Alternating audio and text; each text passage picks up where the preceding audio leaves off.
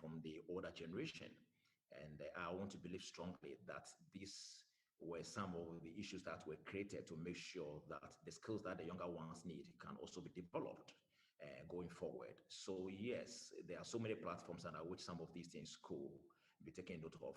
There will always be a resistance trying to make changes to the public sector. I quite remember in my country here in Ghana, where the government wanted to automate attendance. There was strong resistance, to that kind of approach and policy, because the system has been used to the old ways of attendance, especially when it's come to when you clock in and when you clock out.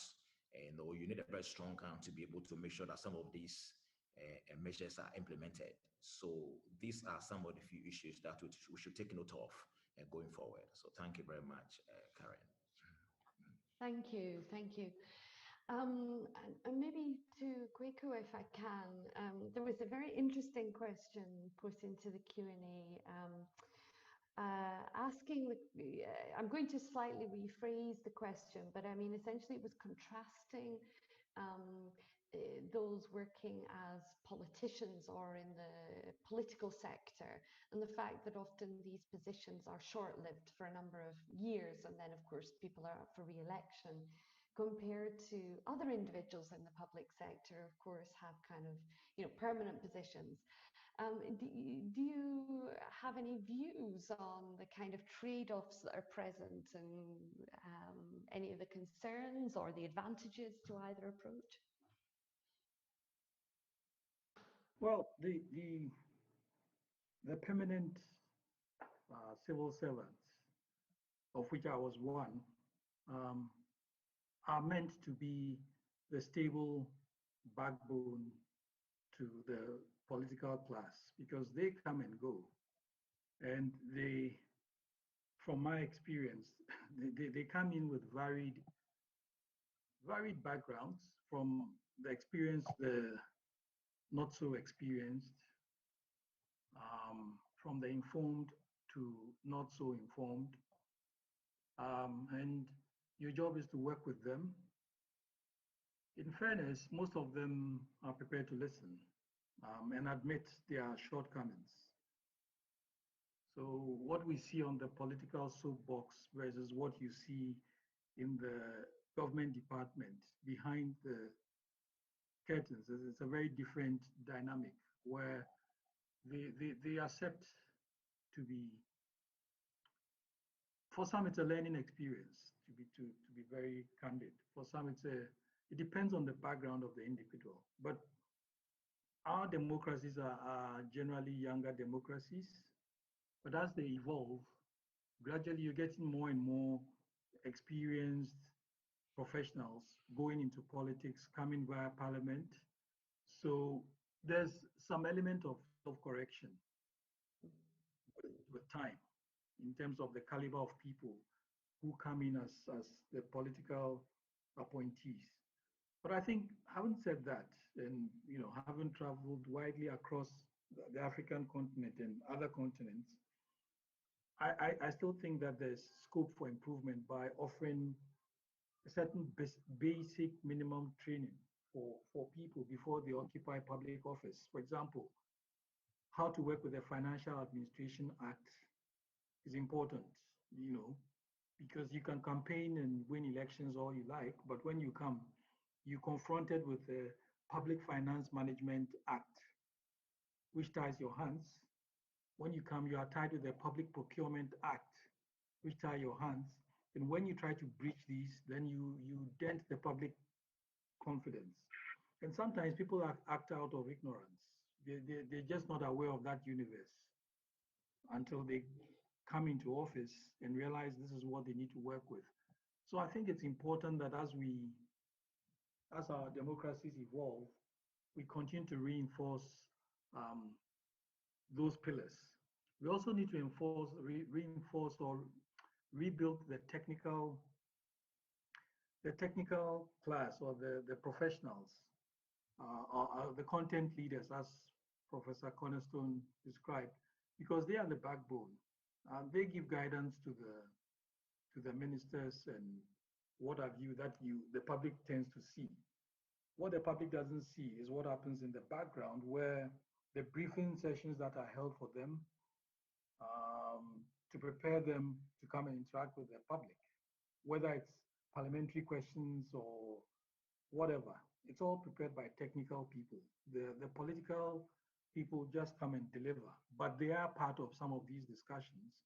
And obviously they'll give it the political slant that they want based on what they've campaigned on. So the short answer is that both sides need to be addressed. We need better informed politicians because time is not on our side.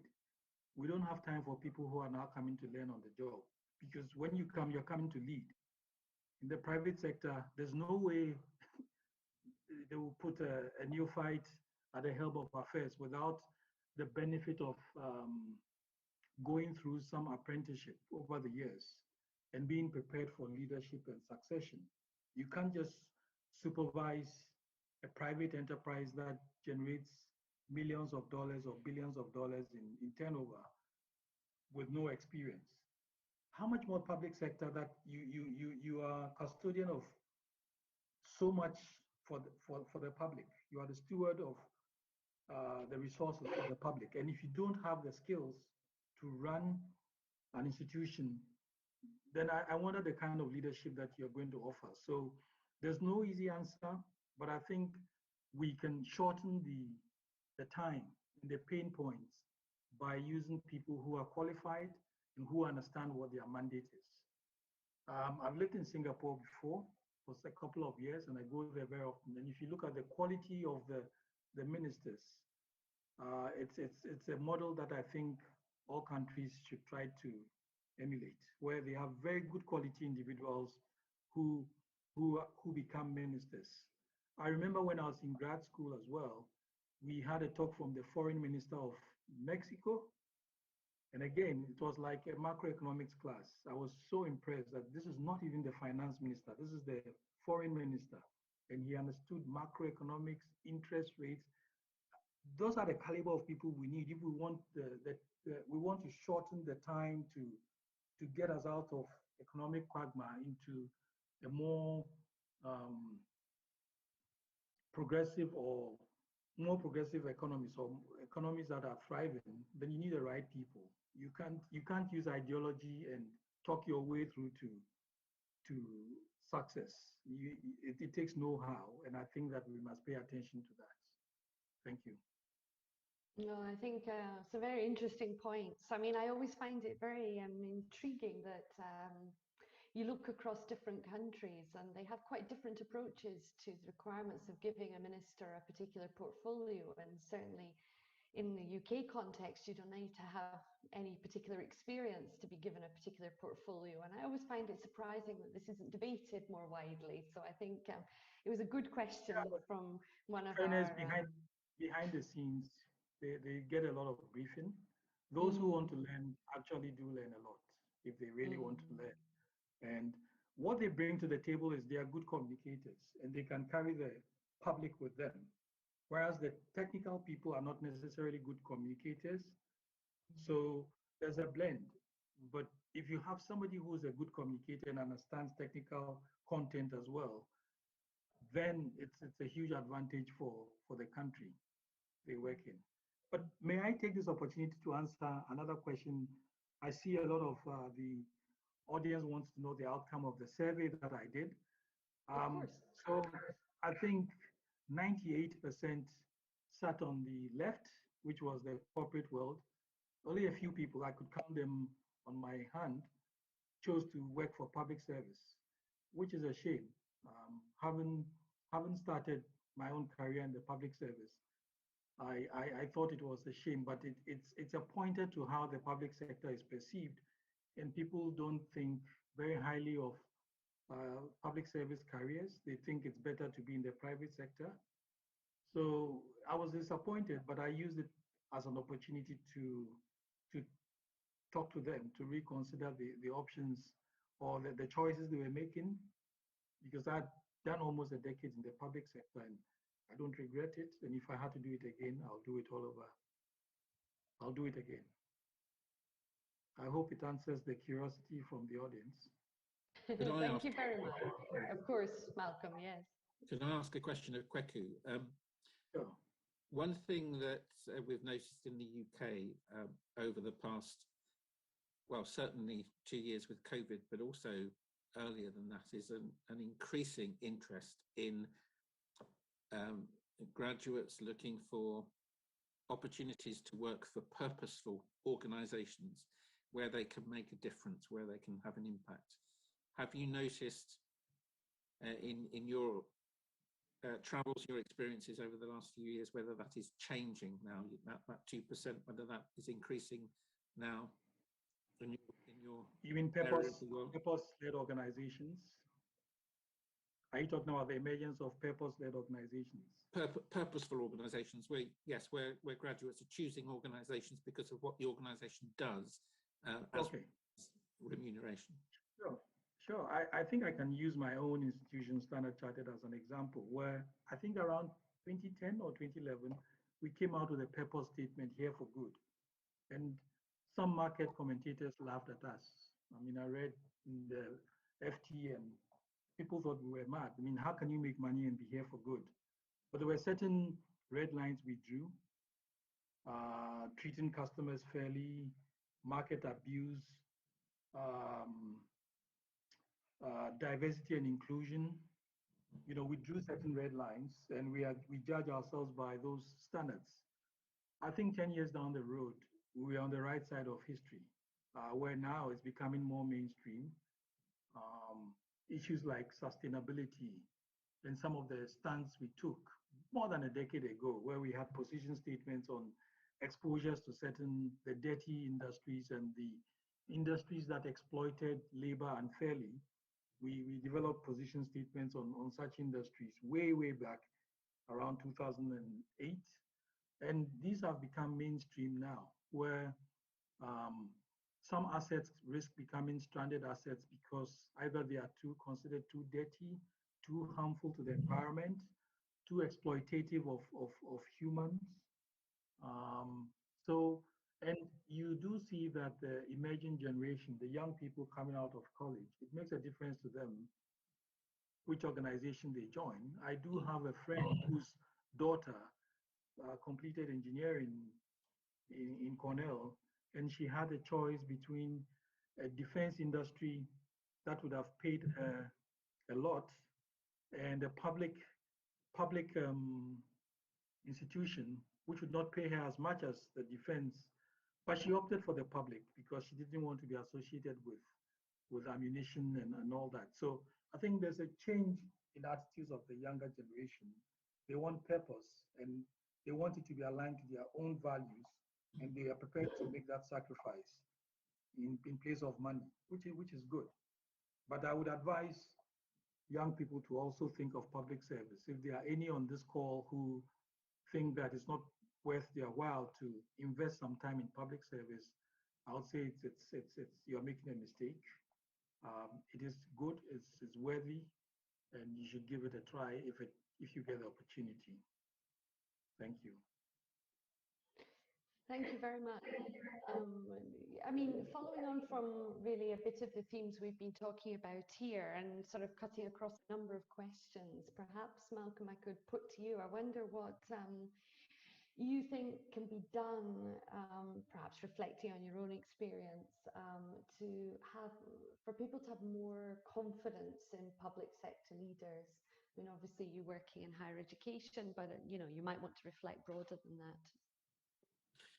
It's interesting you asked that, Karen, because I was going to make another comment after Kweku's previous answer.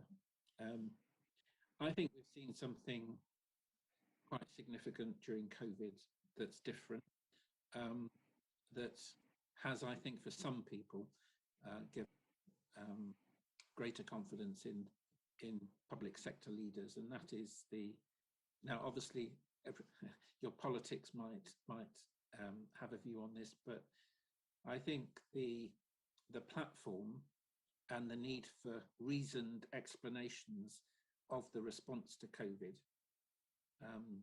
Okay, in some countries it's been daily, the presentation of data, the presentation of the science, the presentation of the health arguments. I think it's been a lot easier for people generally to take a view and to trust certainly the public sector leaders that are on the platforms and are able, particularly the health service, who are able to present their arguments and their data. But I think we've seen a lot more data, a lot more reason, a lot clearer communication. Yes, lots of challenge from the media, of course, to keep those public sector leaders and the politicians on, keep them on check. But for me, building trust, having trust in leaders comes about from clear communication, delivering promises, providing the reasoned arguments, providing the evidence to support the arguments, and ultimately delivering. And I think we've seen a lot of that through COVID. Some may have different opinions depending on their politics, but I think that's been a positive in all of this, that collectively society has been very interested in hearing what the strategies are, why, approaches to solving the problems, why, and to have that almost, in our case in the UK, daily questioning of that, of public leaders has built up trust, I think, to a greater degree than hitherto. Thank you very much. And Elvis, if I can put this other very interesting question that came up in the Q&A to you. The question is that some areas of the public sector are more agile and responsive to change. And so do you have any comments about which aspects or parts of the public sector you consider to be more adaptable and agile and can respond to these changing needs after COVID? Yeah, all right, thank you, Karen. I believe strongly that almost all the various sectors within the public sector space should be very agile, especially when it comes to adapting to changes. But to direct your question more specifically, I believe strongly that the financial sector is more agile than any other sector that you can think of because of its implications to most of the other sectors within the economy. Because quite a number of the sectors in the economy actually depend on how the sector in the financial sector is being managed, especially when it comes to policy formation. When it comes to interest rates, how does the changes in interest rates affect all the others within the country by way of demand and supply implications? And even when it comes to general productions of goods and services, and when it comes to employment, all these areas within the sector are being affected. And so the financial sector, by way of what the government put in place, actually has a repercussion on every sector within the public sector. And so that basically addresses that question. And in terms of the number of expertise and the kind of skills we need in the sector, I believe strongly is changing day by day. In the African context, especially from the West where I'm coming from, I believe strongly that when it comes to complicated financial instruments, there's still a lack of knowledge in these areas. And I believe strongly that we need a lot of changes in this aspect of the economy. Hardly will you find banks like HSBC setting up in the West Africa, because of the many challenges we face in our legal systems. And so I believe strongly going forward, we need to look at some of these areas and the expectations of changes in these areas as a more effect on the other sectors. So that is basically addressing the question. So thank you very much. I believe strongly that Kweku also working in the financial sector may also want to add up to what I've said, especially in the role of it changes to the general economy. Yeah, so maybe we can do two in one, perhaps, Kwaku. I was going to suggest a final round of concluding comments, so perhaps you can add a perhaps a response on that one, and also any final comments you might have for the audience. Thank you, Karen and Professor Cornerstone. Look, the the financial sector in any economy is as successful and as useful as the regulators and the government want it to be. So first of all, it has to be well regulated. We currently have dual or different regulatory standards, which really doesn't even the playing ground. So we have the G20 economies moving to what is called the Basel IV reforms. So South Africa is part of G20. So we do see the impact of those reforms and the way we are regulated as banks, which is very tight, strict standards on the way banks are run, the way they are managed, the way they preserve capital, the way they preserve liquidity, the way they lend to the economy. It's strictly managed. Then you have countries that are the laggards who have not even completed Basel I or Basel II standards. Some are caught in between Basel I and Basel II, haven't even moved to Basel III, let alone Basel IV.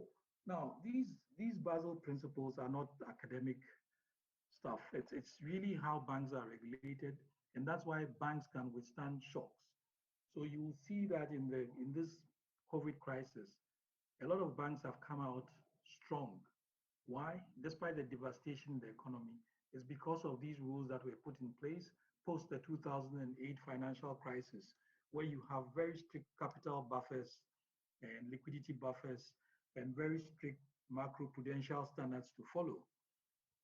So it's for the rest of the world to learn from these lessons. And if these standards are imposed and banks are regulated properly, that's just one side of the coin. The other side of the coin is government itself. If government itself busies itself running budget deficits and coming to the market to borrow, then they will crowd out the private sector, because government interest rates or lending to government is conventionally characterized as being risk-free. So they crowd out the private sector. Interest rates go up when government comes in to borrow, and everybody suffers. I would like to see a situation where governments spend within their means, borrow less, interest rates come down, businesses can then afford to lend, to borrow money, create enterprises, employ people, and it becomes a virtuous cycle, as opposed to the current status quo where government just exceeds its spending means and comes to the market to borrow. So I think I would put that back at the doorstep of the public sector. And remember, in my earlier presentation, I mentioned public sector. I defined public sector to include government and the regulatory community. And that's what it's still their job to make sure that they create an environment where interest rates come down. Because the financial sector is just a transmission mechanism between money and the real economy. If government runs it properly, you will see interest rates move into single digits. Young people can afford homes. In other parts of the world, at the age of 23, 24, so far as you have a regular job, you can get on the housing market. Not so in much of Africa. So we've got a lot of work to do, and it still lies at the doorstep of government. And that's why governments need to become more efficient. They need to bring the cost of running government down. They need to disrupt themselves, be more innovative, use digital, and improve the quality of services that they provide to the public. That's the only way they can bring the cost of running government down. It doesn't make sense if 60% of the tax revenue that a government collects goes into paying themselves. It simply doesn't make sense. The maths don't add up. So no matter how we slice or dice it, there's need for change, for government to innovate, and be prepared to disrupt itself. Because in the private sector, that discipline is there. If you don't have that discipline, you will not exist. It's as simple as that. It's existential for private sector. And it's time for government to have that attitude as well, to run itself properly, to lower the cost of doing business with government, the cost of running government, and ultimately to bring the cost of transactions across the economy down. I think that my closing remarks would be that I think this is a good topic. Public sector is indeed very important. They form the fulcrum upon which the rest of the economy can do well or fail. Their actions, their acts of omission and acts of commission has tremendous impact. And that's why the quality of people who go into government is important. It should not be, government should not be because you couldn't find any job and you went into government just because you couldn't get the job of your choice. Government should be first choice for our best and brightest. We must make it attractive for our best and brightest, as opposed to making it, plan B or plan C for individuals. At the time that I worked in government, people laughed at you for working in government after university. People thought it was funny. Why would you make such a choice? I made that choice to work for government, not that I didn't get opportunity for private sector. Surprise, surprise, even Standard Chartered invited me to write an aptitude test and I didn't show up. I chose to work in government and it didn't stop me when I decided to make the transition. So it's to let people understand that there's value in working in the public sector. You learn a lot, you get to understand how government runs, and you can make a positive impact. And we should continue to have these conversations. We should use it as a as a thought leadership forum, but also as a force for good to get our public sector to be more nimble, agile, more responsive, and more creative in reinventing itself to meet the challenges of the 21st century. It's no longer the structures that existed decades ago will not work in the current dispensation, and they need to reinvent themselves as quickly as possible because time is not on our side. There's no point in beating our chest that Africa is about to attain the population dividend if we can't create jobs. We are not in the position to create jobs. If we've outsourced thinking to other parts of the world and we're simply not being creative, we're not being innovative, we're not creating value, we're not adding any value, we're just consuming, that's the easiest path and it will end us nowhere. So that's my advice to everyone on the forum. And it's been a great opportunity. I've learned a lot from the other presenters as well as from the questions that have been posed to us. Thank you for the opportunity. That's wonderful. Thank you, Kweku. And Malcolm, just to extend to you, would you like to make any final comments? We can't hear you. Yeah. Sorry, I could listen to Kweku all afternoon, and he has such wise words. So I would just like to very briefly just to agree with his sentiments there, but particularly to stress, I think it's a wonderful time to be joining employment. To ultimately, it's the one opportunity where you can make a difference and have an impact.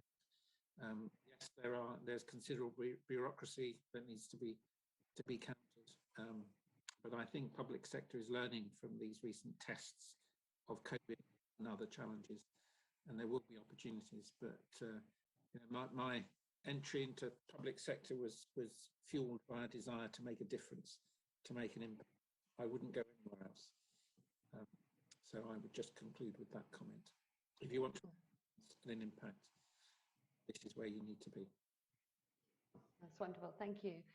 And finally, Elvis, do you want to also?